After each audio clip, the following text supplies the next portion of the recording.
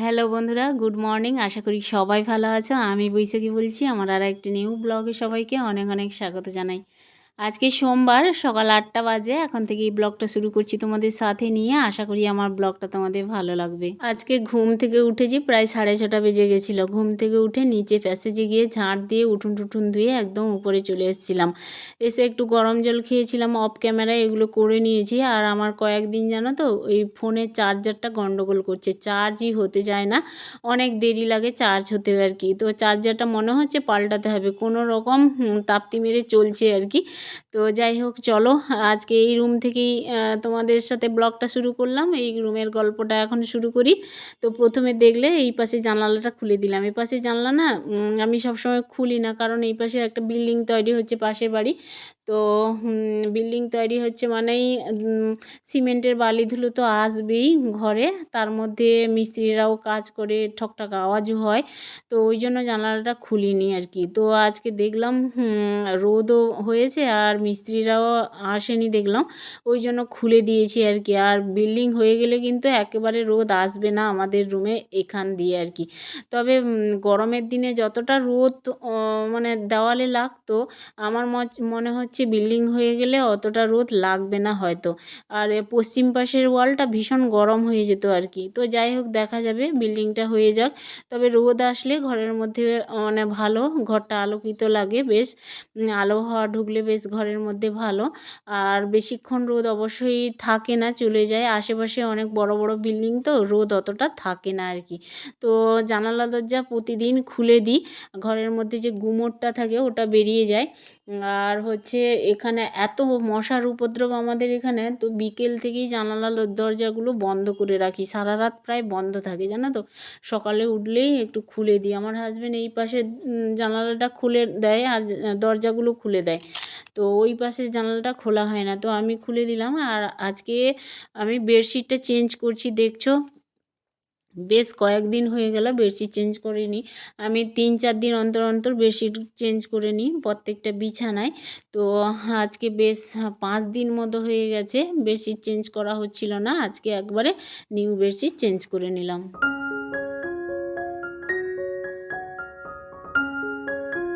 রুমের মধ্যে দেখবে বিছানাটা একটু গুছিয়ে রাখলে, পরিষ্কার পরিচ্ছন্ন করে রাখলে রুমটা বেশ পরিপাটি লাগে আর কি। তো এই হচ্ছে ব্যাপার। আর এখন আমি এই যে বারান্দার ঘরে চলে এসেছি, আর আমার ছেলে তো এইখানে পড়তে বসে আর ঘুমায়ও বারান্দার ঘরটায়। আর এখানে দেখতে পাচ্ছ টেবিলে সব বই সাজানো আছে উপর থেকে নিচ পর্যন্ত। তো রুটিন মাফিক বই খাতা এগুলো বের করে, পুরনো বইও কিছু আছে, খাতাপত্র আছে, ওখান থেকে লেখালেখি করে। আর যেগুলো পুরনো খাতা সেগুলোতে তো এমনি হ্যান্ডরাইটিং লিখেই, আর উপরে যেগুলো আছে সেগুলো সদ্য মানে নিউ ক্লাসের জন্য আর কি। তো যাই হোক, ওইটা পড়ার রুম, ছেলেও ঘুমায় আর সেখানে পড়তেও বসে। তো ওই রুমের বিছানাপত্র গুছানো হয়ে গেছিলো সকালবেলা। আর আমার ছেলে আজকে টিউশন পড়তে যাবে একটু দেরি করেই। হাজব্যান্ড বেরিয়ে গেছে, কিন্তু হাজব্যান্ড আজকে না ভাত খেয়ে গেছে না টিফিন নিয়ে গেছে, ওর একটু কাজ আছে, ওই জন্য সকাল সকাল একটু বেরিয়ে গেছে।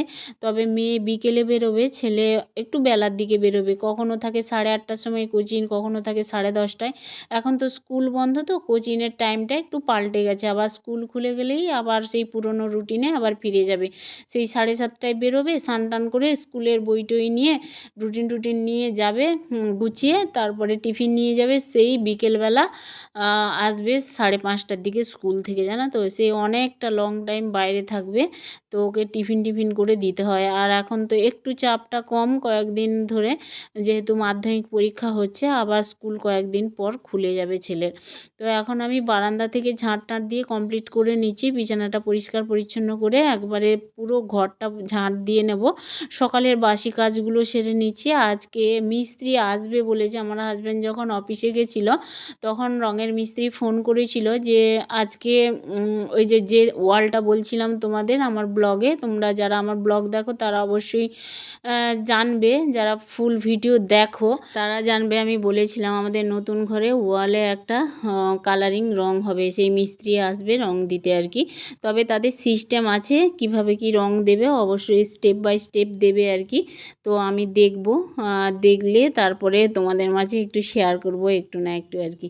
তো চলো এখন ঘরের কাজকর্মগুলো করে নিই। আর সকাল সকাল না আমি জামা কাপড়গুলো কেচে নেওয়ার চেষ্টা করি, কিন্তু আজকে জামা কাপড়টা পরে কাচবো। কারণ কি এখন ওই যে ঘরের কাজকর্মগুলো করে নিই, আর রান্না তো আছে দুপুরে, তবে একটু দেরি করেই রান্নাটা শুরু করব আজকে, যেহেতু সকালে অতটা চাপ নেই। আর ছেলে বেরোবে, একটু টিফিন খেয়েই বেরোবে আর কি, টিফিন মানে ভাত খেয়েই বেরোবে ছেলে। আর আস্তে আস্তে ছেলে সেই 1:30 2 ওরকম বেজে যাবে, যেহেতু দেরি করেই কোচিংটা শুরু হবে, এখন স্কুল নেই তোমাদের বললাম। আর এখন আমি দেখো বারান্দার ঘর থেকে মুছতে মুছতে একদম আমাদের বেডরুমে চলে এসেছি। আমি যখনই ঘর মুছি না কেন বা ঝাড় দিই না কেন, খাটের তলা থেকে আরম্ভ করে আলমিরার তলা বা শোকেসের নিচে এগুলো কিন্তু মোছামুছি করে নিই আর কি।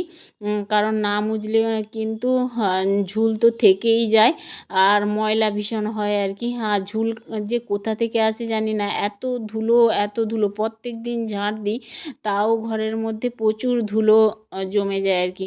তো যাই হোক বন্ধুরা, একদম ঘরটর মুছে নিচ্ছি এখন। আর সকাল থেকে মানে একটুও বিশ্রাম নিইনি, বসিনি, কিন্তু যত তাড়াতাড়ি কাজগুলো শেষ করতে পারবো তত তাড়াতাড়ি বিশ্রামও নিতে পারবো।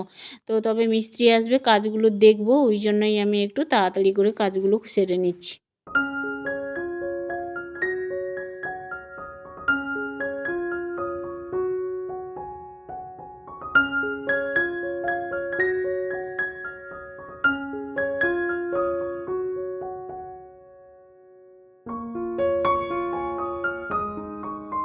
সারা ঘরদোর মুছে একদম চলে এসেছি উপরে। আর এখন তো জল চলে গেছে, টাইম কলের জল, নিচে আর যাইনি কাচাকুচি করতে। ভাবলাম এগুলো ফেলে রাখবো, ফেলে রাখলেই তো সেই কাচতে যেতে হবে দুপুরবেলা, যখন যাব তখন আবার জল চলে যাবে জানো তো। তো ওই জন্যই ভাবলাম না এগুলো শুকোবে, সকাল সকালে একটু কেচে দিই। আর উপরে এসে দেখলাম অল্প অল্প ট্যাঙ্কি থেকে জল পড়ছে, ট্যাঙ্কিতেও জল নেই। আর চালাতে হবে পাম্পটা। তো এখন এই যে ভিজিয়ে রেখে দিয়ে যাই, কিছুক্ষণ ভিজানো থাকলে ময়লাটা ভালোই ওঠে বেডশিটে। আর বালিশের কভারগুলোও ময়লা হয়েছে বেশ, তো কিছুক্ষণ ভিজানো থাক, তারপরে আরও অন্যান্য কাজ আছে ওগুলোও সেরে নিই। তো পাম্পটা আগে চালিয়ে দিই, পাম্পটা ওদিকে চলছে। আর ছাদের থেকে উপরে ওঠার সময় আমি এই যে কালকে যে বড়ি দিয়েছিলাম, বড়িগুলো বেশ সুন্দর উঠে গেছে টিন থেকে জানো তো। আর আমি কুলোতে করে সব নিয়ে একেবারে রোদে দিয়ে দিলাম, রোদ খাবে 2-3 দিন, তারপরে বড়ি শুকিয়ে যাবে। খুব সুন্দর বড়ি হয়েছে এবছর। তো যাই হোক, এখন দেখো এই যে মিস্ত্রি বলতে বলতে চলে এসেছিল। তো এখন এই যে ওয়ালটা এখন ওই কাগজ বসাচ্ছে আর কি, পেন্টিং করবে, তার স্টেপ বাই স্টেপ করবে। তবে আজকে এসছে, কয়েক ঘন্টা এইগুলো কাজ করবে। এই যে দেখতে পাচ্ছ কাগজ বসিয়ে বসিয়ে রং করছিল, কি রং করবে কি ডিজাইন করবে তোমরা অবশ্যই দেখতে পাবে আমার ব্লগে কম বেশি। তো হ্যাঁ, এই যে দেখো বন্ধুরা একদম চলে এসেছি, লোক তো কাজ করছিল, কিছুক্ষণ দেখছিলাম, অনেকটাই দেরিও হয়ে গেছে জানো তো। তো ভাবলাম এগুলো কেচে দিই, নাহলে দেরি হয়ে যাবে। আর স্নান টান করবো, পুজো আর্চা করব। আর খাওয়া দাওয়া তো আছেই, এখনও চা খাওয়া হয়নি। তবে এই যে ট্যাঙ্কির জল দেখো এখন বেশি পড়ছে, পাম্পটা চালিয়ে দিয়ে এসেছিলাম। আর ট্যাঙ্কির জলে যদি কাচাকুচি বেশি করি না তাহলে অনেকবার চালাতে হয়। আর আমাদের তো টাইম কলের জলই ট্যাঙ্কিতে ঢোকে, ওই ট্যাঙ্কির জল আবার উপর ট্যাঙ্কিতে জমা হয়, তাহলে মানে টাইম কলের জল তো আর সব সময় থাকে না। তোমার 3 বেলা 4 বেলা করে আসে টাইম কলের জল। তবে টাইম কলের জল থাকলে নিচেও কাজকর্ম করি, আবার উপরেও তো ব্যবহারে কাজে লাগে। বেশিরভাগই আমাদের বাথরুমে বা রান্নাঘরের সিঙ্কে এগুলো ব্যবহার বেশি হয় আর কি। কাচাকুচিটা আমি প্রায় নিচে করে আসি, কারণ ট্যাঙ্কিতে কত জল তুলবো তাই না। ট্যাঙ্কিও তো ভর্তি হওয়ার ব্যাপারটা থাকে আর কি, জল জমার ব্যাপারটা থাকে, ওই জন্যই। আর আজকে যেহেতু জল পাইনি আমি নিচে, সময় মতো জলের সাথে আমি ছুটতে পারিনি, বা জল যখন আসে তখন কাজ করতে যেতে পারিনি, ওই জন্য ট্যাঙ্কিতে জল জমা আছে, এমার্জেন্সিভাবে আমি কাজ করে নিই। তো এখন এই যে বেডশিট বালিশের কভার এগুলো ধুয়ে পাতিয়ে দেবো, আজকে বেশ রোদ হয়েছে, শুকিয়ে যাবে।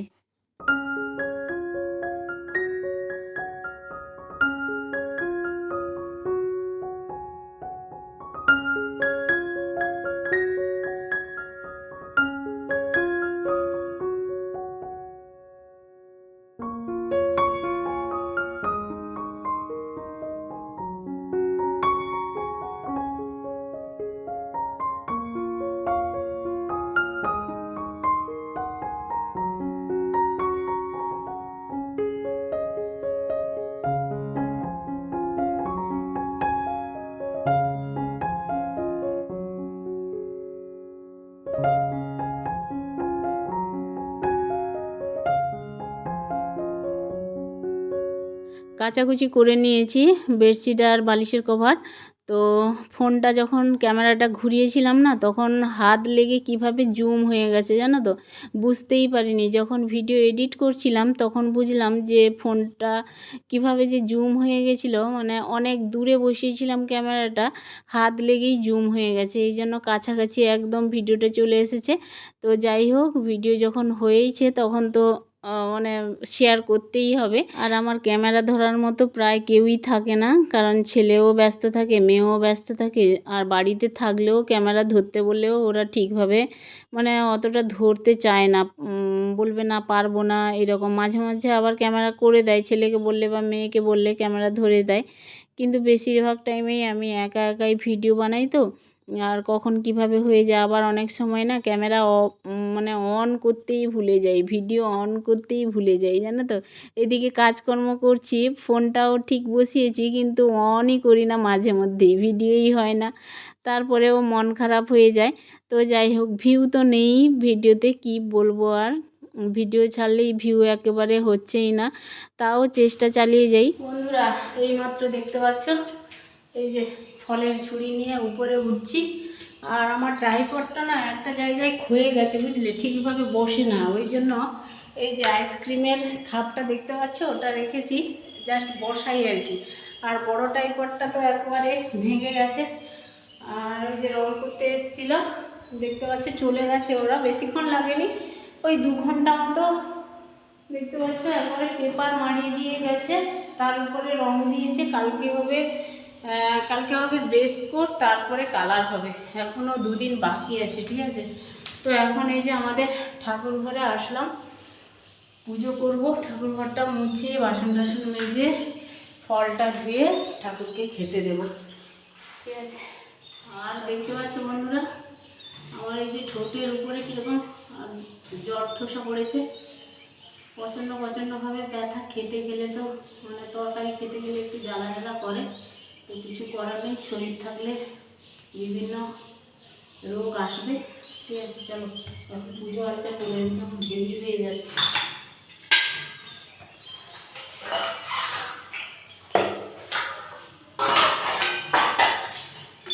বাসন টাসনগুলো গুছিয়ে কলপাড়ে রেখে দিয়ে এসেছি। এখন এই যে বাসি ফুল, এগুলো তো প্রত্যেক দিন ফেলেই দিই। আগের দিন পুজো করে তারপরের দিন সকালবেলা যখন পুজো করতে আসি তখন তো বাসি ফুল সরিয়ে নিই ঠাকুরের পা থেকে। আর এখন এই যে ঠাকুর ঘরটা মুছে পরিষ্কার পরিচ্ছন্ন করে বাসন টাসন মেজে ঠাকুরকে পুজো দিই, ফুল দিই। তার মধ্যে আবার প্রদীপ ধূপ তো এগুলো তো জ্বালাই, একটু আরতি করি, আর একটু বসি ঠাকুরের কাছে প্রার্থনা করি আজকের দিনটা যেন ভালো যায়, বা সবাই যেন আমরা ভালো থাকি, এইভাবে ঠাকুরের কাছে প্রার্থনা করি সব সময়। তো চলো এখন পুজো আর্চা করে তারপরে তোমাদের দেখাচ্ছি।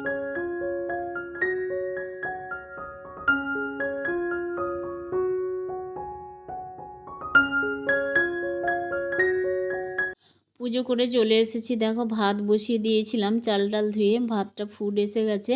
আর এই যে মিষ্টি কুমড়ো নিয়েছিল আমার হাজব্যান্ড, মিষ্টি কুমড়ো একটু কেটে আমি ভাতে দিয়ে দিলাম। মিষ্টি কুমড়ো মাখা কিন্তু গরম ভাতে বেশ ভালো লাগে। আমার ছেলে যাবে কোচিনে, ভাত খেয়ে যাবে, ওই জন্য সেদ্ধ ভাত এখন বসিয়ে দিয়েছি। দুপুরে আবার রান্না করব বেলার দিকে। আর এই যে দেখো একটু চা খাবো, আমি আর আমার শাশুড়ি মা চা খাবো। তবে শাশুড়ি মা এখনও ঘুম থেকে ওঠেনি। আমি এখন চাটা নিয়ে নিলাম। আমার মানে কি বলে মিষ্টি ছাড়া চা এটা, আর শাশুড়ি মা খায় মিষ্টি দিয়ে চা আর কি। তবে দুধ চাটা খেতে বেশ ভালো লাগে আমার, মাঝে মধ্যেই খাই দুধ চা। পুরো 1 কাপ আজকে চা নিয়েছি জানো তো। তো গরম আছে বলে বেশ চাটা খাবো মুড়ি দিয়ে, চানাচুর আর বাদাম দিয়ে। আর আমার ছেলে দেখতে পাচ্ছ বন্ধুরা খেতে বসবে, তাকে একটু আলু চোখা দিয়ে দিচ্ছি। কুমড়ো মাখা নেবে না, আলু চোখা নেবে। আর মাছ ভাজা আছে, মাছ ভাজা দিয়ে ও সকাল সকাল খেয়ে যাবে। আর হচ্ছে আবার দুপুরে এসে ভাত খাবে বেলার দিকে, প্রায় আস্তে আস্তে প্রায় 2টো 2:30 ওরকম বাজবে আর কি। এখন এই যে একটু গরম ভাত দিয়ে দিলাম, খেয়ে যাবে। তো যাই হোক, এখন দেখো এই যে রান্না করতে চলে এসেছি দুপুরে। আজকের মেনু তোমাদের মাঝে একটু শেয়ার করে নিই। এই ফুলকপি আর আলু একটু চিংড়ি মাছ দিয়ে আর কষা কষা করছি আর কি। ঝোলটা কম রাখবো। আর ইলিশ মাছ নিয়ে এসেছিল আমার হাজব্যান্ড, বলেছিল তেঁতুলের টক খাবে। আমরা যে কোনো মাছে তেঁতুলের টক খাই, তো ইলিশ মাছ হলে কোনো কথাই নেই, তেঁতুলের টক তো হবেই। আর বেশ ভালো লাগে তেঁতুলের টক। এই যে রান্না করেছি তেঁতুলের টক, তার মধ্যে হলুদ, লঙ্কার গুঁড়ো, লবণ দিয়ে দেবো। তেঁতুলের টকটা একটু ফুটাবো, ব্যাস এই হচ্ছে দুপুরের মেনু আমাদের। তো এখানে ভিডিওটা এন্ড করে দিচ্ছি, আর বড় করব না ভিডিও। ভালো লাগলে লাইক, কমেন্ট, শেয়ার, সাবস্ক্রাইব করে পাশে থেকো। সবাই ভালো থেকো।